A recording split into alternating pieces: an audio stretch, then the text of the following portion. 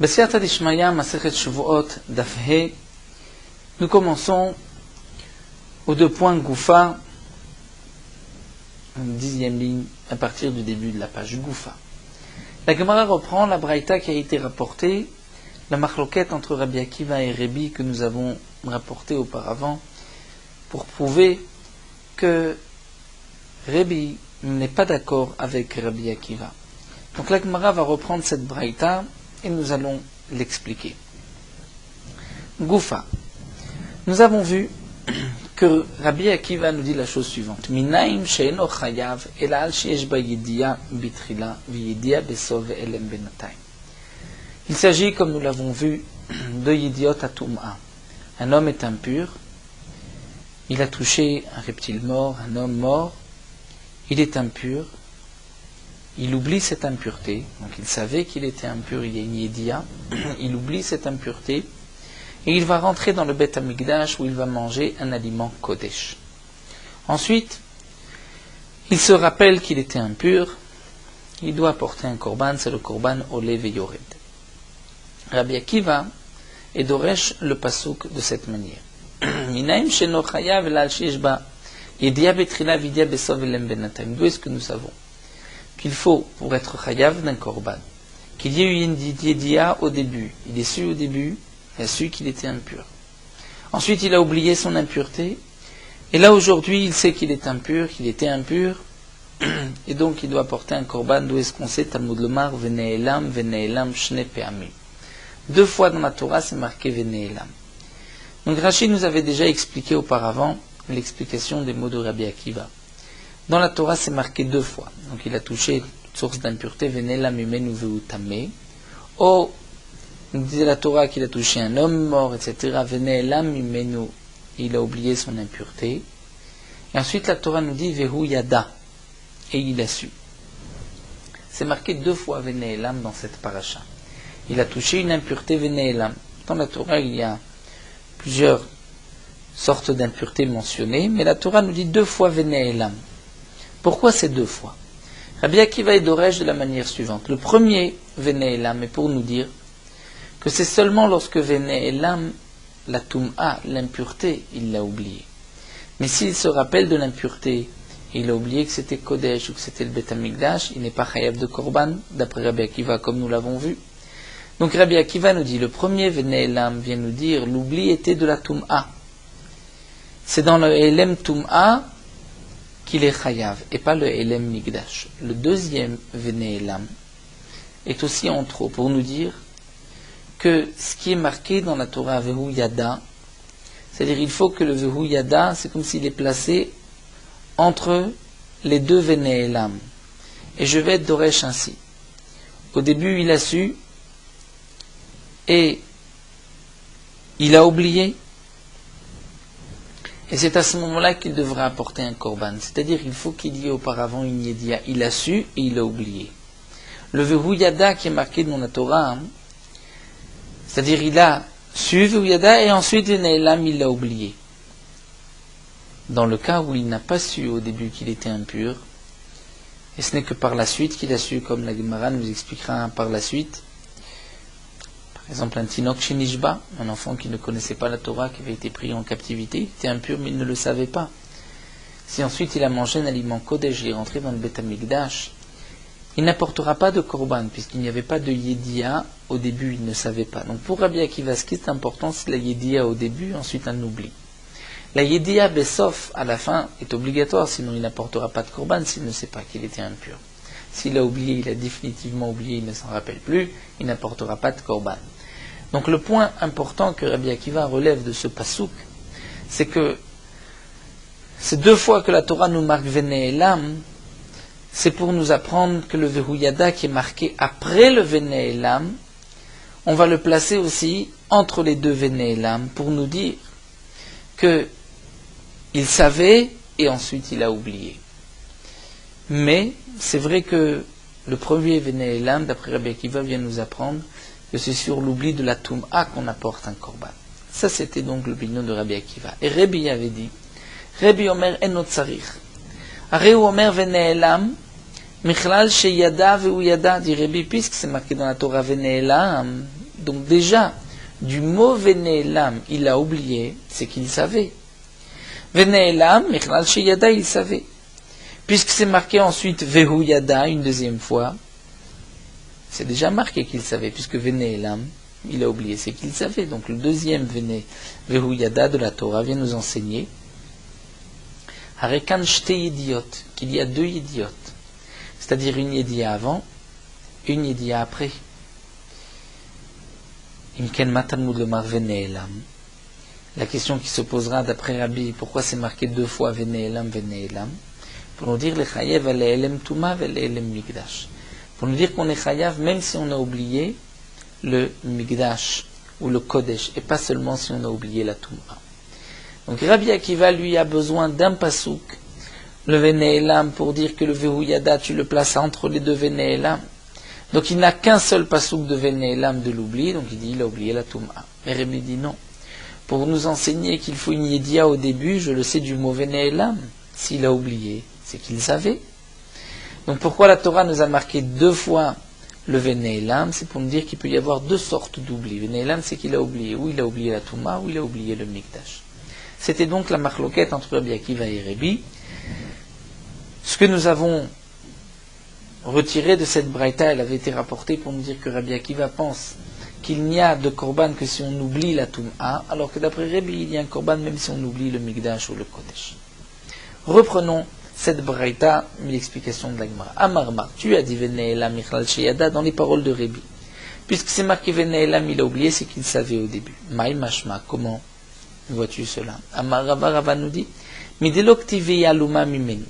C'est la question de la Gemara était peut-être que Veneelam, c'est-à-dire il n'a jamais su. La Gemara répond non. S'il n'a jamais su, la Torah aurait dû dire Veyaluma Mimenu. Elle est oubliée, cachée de lui. Puisque la Torah nous a dit Veneelam, c'est-à-dire qu'il savait et il a oublié.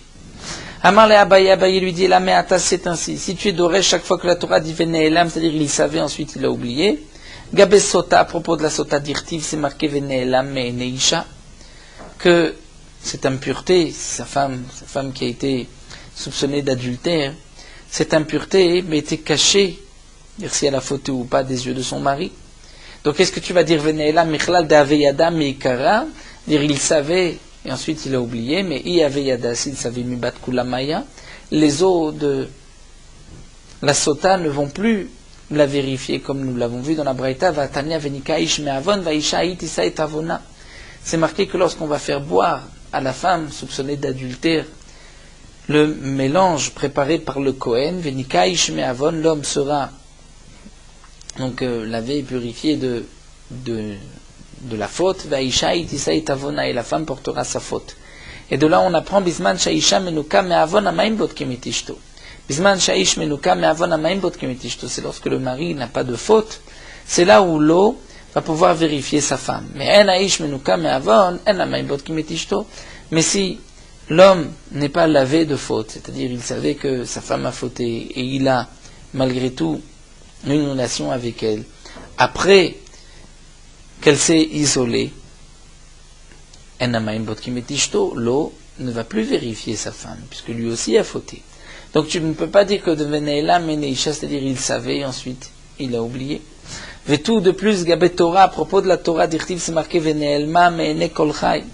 Elle est cachée des yeux de tout homme, de tout vivant. Umeof Hashamayim Ministera, des oiseaux du ciel, elle est aussi cachée, c'est une Ministera. Donc Michlal di Kadaveyada, est-ce que cela voulait dire Veneelma? C'est-à-dire on la connaissait ou on le savait, mais ensuite ça a été oublié. Effectivement, pourtant c'est marqué Lo Yadaino Sherika. Personne ne connaît la grandeur de la Torah. Donc tu ne peux pas traduire le Veneelma, dire qu'on savait qu'ensuite on a oublié. Et là, Marabaye Abaye nous dit Kassava Rebi. Rebi pense que Yidiat Bet Rabo Shme Yidia. La Yidiat Bet Rabo, c'est-à-dire un homme qui a étudié chez son maître, que celui qui touche une source d'impureté est impur. Et lui, il savait, c'est-à-dire, nous explique Rashi, lorsqu'il a touché, il s'est rendu compte qu'il a touché, mais il n'a pas fait la relation entre ce reptile mort, par exemple, et entre la Toum'a. Donc il avait appris de son maître, si tu touches un reptile mort, tu es impur. Il a touché un reptile mort, Il sait qu'il a touché, mais il n'a pas fait la relation entre l'impureté et le reptile mort qu'il a touché. Bien, dans ce cas-là, ceci est appelé une yédia. Ça, c'est ce que pense Rabbi Yediat betrabo shmi yédia. Une telle yédia que son maître lui a dit, si tu touches un reptile, tu es impur. Il le savait, c'est suffisant comme yédia, même si sur le moment, il n'a pas fait le lien. Et donc, la réponse que nous donne ici Abaye, ce n'est pas qu'il savait l'impureté, qu'il avait le lien et qu'ensuite il l'a oublié. Dire le Vénéelma ici va être traduit le Vénéelam, dire il n'a pas fait le lien entre ce qu'il a touché et entre la pureté qu'il avait appris et l'impureté. Amal Rav Papa le Abaye, Rav Papa dit Abaye, elle a des katanen bayidia betrila viesh bayidia besof. Alors demande Rav Papa à Abaye, ce qui est marqué en bayidia betrila viesh bayidia besof. Il n'a pas su au début, mais il y a une yedia à la fin. Meika de l'être l'Idiat Betrabo, est-ce possible qu'il n'a pas su au début? C'est-à-dire qu'il n'avait pas appris chez son maître. Est-ce possible qu'un homme n'ait pas appris ses dynimes de Toum'a? Si encore on expliquait jusqu'à présent, il savait qu'il était impur et il a oublié son impureté. On peut comprendre. En Baïdia Betrila, il n'a pas su qu'il était impur. Mais si on explique que la Yedia Betrila, c'est-à-dire même s'il n'a pas fait le lien, il ne s'est pas rendu compte, mais où était la Yedia? C'est que il avait appris chez son maître que celui qui touche un reptile est impur. Donc comment va-t-on expliquer qu'il n'y ait pas de Yedia Betrila? Tout le monde a un jour appris ses dynimes d'impureté. Amarle lui a répondu, on peut le trouver lorsqu'il s'agit d'un enfant qui a été pris en captivité chez les non-juifs. Il a grandi dans l'ignorance et donc lui n'a jamais su que lorsqu'on touche une source d'impureté, on est impur, on ne peut pas rentrer dans le Beth Amikdash ou manger un aliment Kodesh. Donc là, la Gemara nous a expliqué donc juste ce point que Rabbi nous avait enseigné dans la Braïta. Nous avons terminé avec la machloket de Rabbi Akiva et Rabbi Ishmael, et la Gemara continue avec Yetziot Shabbat Shtaim Shein Arba. Ce morceau de Gemara que nous allons étudier sur les 15-20 lignes qui suivent, c'est une Gemara déjà aussi dans Masechet Shabbat, que nous avons vu dans Masechet Shabbat, que la Gemara reprend. Tananatam, la Gemara nous dit, nous avons enseigné là-bas dans Masechet Shabbat. Yitziot Shabbat, Shtaim Shein Arba Bifnim, Shtaim Shein Arba Bachutz. Les Yitziot de Shabbat, il y a 2 cas qui font 4 à l'intérieur et 2 qui font 4 à l'extérieur. De quoi il s'agit? 2 qui font 4 à l'intérieur et à l'extérieur. Donc Rachid nous dit, pour le pauvre, la Achnasa de Ani, nous avons 2 cas où il est chayav. C'est-à-dire la Achnasa du Ani, Achnasa des Balabait, c'est lorsque le pauvre va faire rentrer sa gamelle, son keli pour recevoir de la nourriture, ou si le Balabait le fait rentrer. Et nous en avons donc 2 cas où il est chayav et 2 cas où il est patour, lorsque le Hani fait une partie de la Melacha et le Balabait une autre partie. Ou bien d'abord le Balabait et ensuite le Hani. Donc, Shtaim Shein Arba Bifnim à l'intérieur, Shtaim Shein Arba Bachutz à l'extérieur. On peut expliquer de 2 manières, Bifnim et Bachutz. Ou bien Bifnim c'est les Achnasot de faire rentrer, ou Bachutz c'est les Otsaot. Ou encore on peut expliquer, comme c'est expliqué dans la Masechet Shabbat, Bifnim c'est pour celui qui est à l'intérieur, ou Bachutz pour celui qui est à l'extérieur. Donc il y a 2 qui font 4 à l'intérieur, 2 qui font 4 à l'extérieur. On va suivre Rashi ici, Achnasa, 2 qui font 4, et Yitzia 2 qui font 4. Mais demande la Gemara, Maï Shena Achad et Taneh Shnaim Shein Arba Vetulo. Pourquoi ici dans Masechet Shuvot c'est juste marqué Shtaim Shein Arba? Pourquoi on ne dit pas Shtaim Shein Arba Bifnim, Shtaim Shein Arba Bachutz? Ou Maï Shena Atam Taneh Shnaim Shein Arba Bifnim, Shtaim Shein Arba Bachutz? Pourquoi là-bas on a détaillé, on a expliqué tout cela, Bifnim et Bachutz? La Gemara répond, Atam dit Ker Shabbatu Taneh Avot Vetoldot. Là-bas, dans Masechet Shabbat, c'est l'essentiel de la Masechet, c'est Shabbat. Donc on a enseigné les Avot et les Toldot. Les Avot, c'est les Yitziot qui sont Minatora, et les Toldot, ce sont les Achnasot qui ne sont pas marqués. Donc Yitziot, faire sortir un objet d'un domaine privé à un domaine public, et Achnasot, le faire rentrer. C'est une Tolada, un dérivé. Donc là-bas, on a parlé et des Avot et des Toldot, mais Achad et là, Vikar Shabbat, puisqu'ici, ce n'est pas les anciens, on ne parle pas de Shabbat. Donc Avot, Tanev et Toldot, lo Tané, le Tana nous enseigne juste les Avot, mais pas les Toldot. Alors demande l'Agma, Avot Maïninu, c'est quoi les Avot? C'est Yitziot, c'est de faire sortir. faire sortir un objet du domaine privé au domaine public. Mais Yetziot, nous n'en avons pas 4. Tarte Avian, nous en avons que 2. Nous avons seulement 2 Yetziot Chayavim.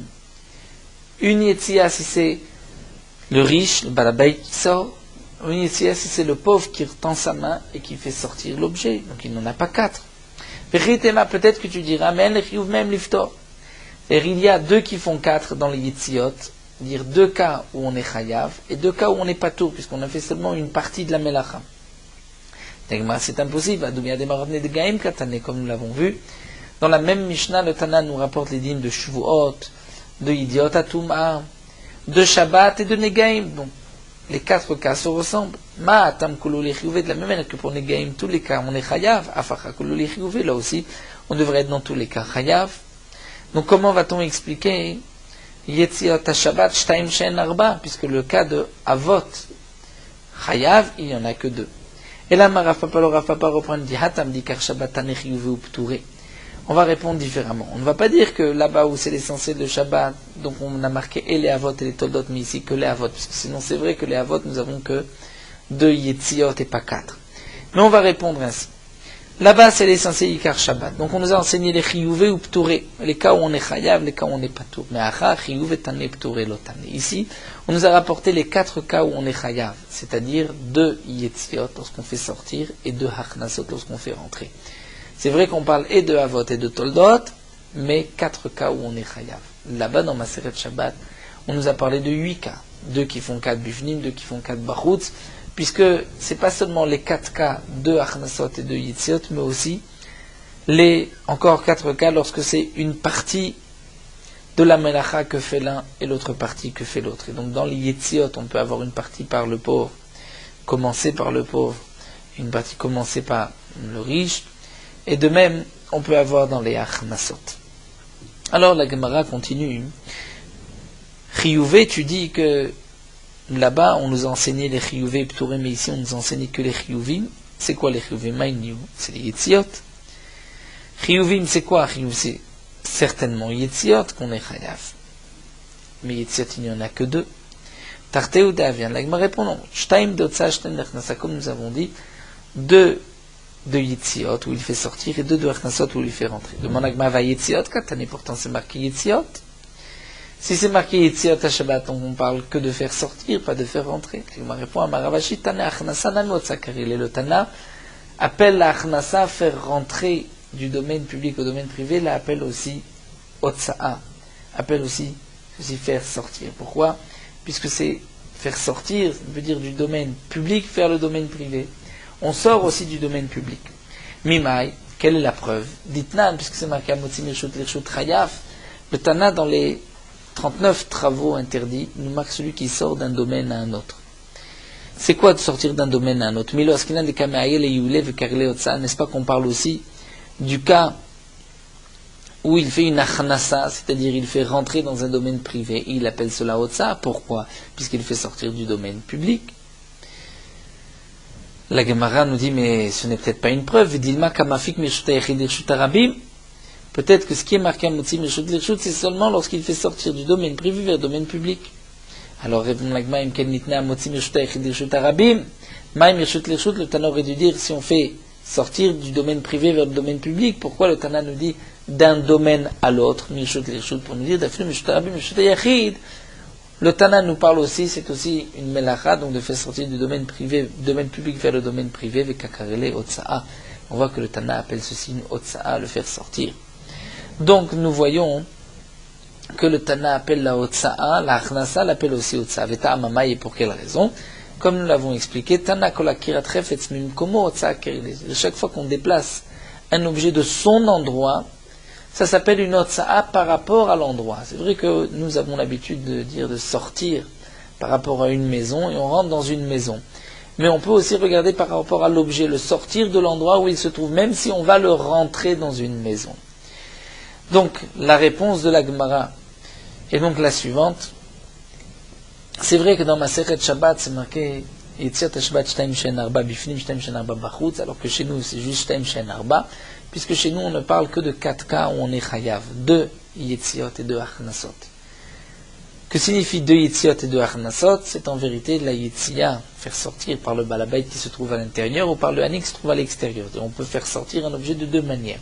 Ou de l'intérieur vers l'extérieur, ou lorsqu'on est à l'extérieur, le sortir vers l'extérieur. De même pour la Achnasa. Et bien que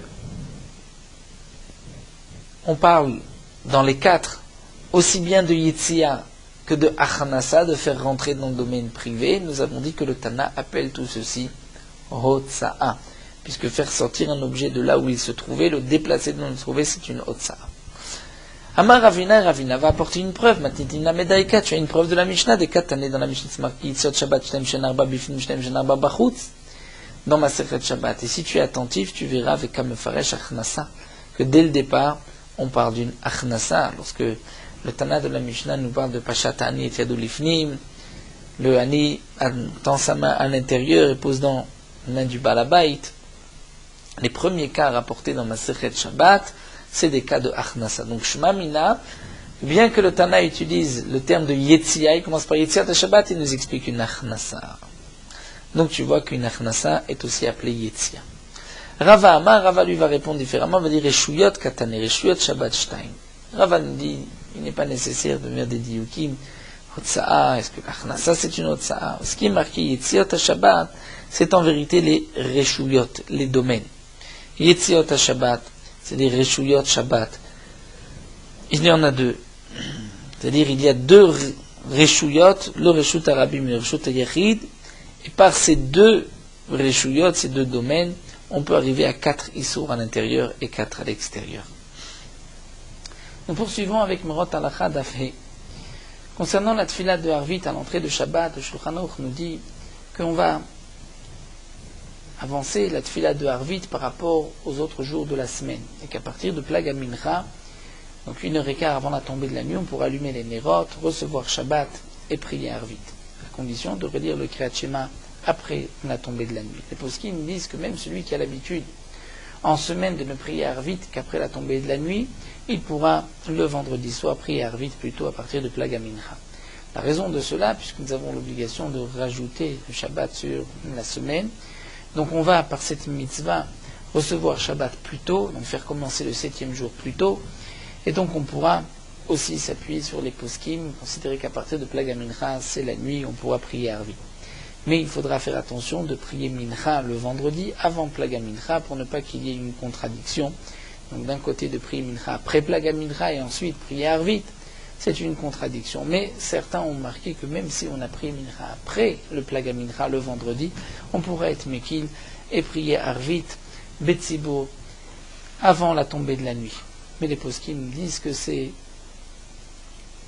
malgré tout, on ne pourra pas prier Harvit, lorsqu'il fait encore grand jour, si on a prié Mincha après Plag Mincha, mais au moment du crépuscule de Ben Hashmashot.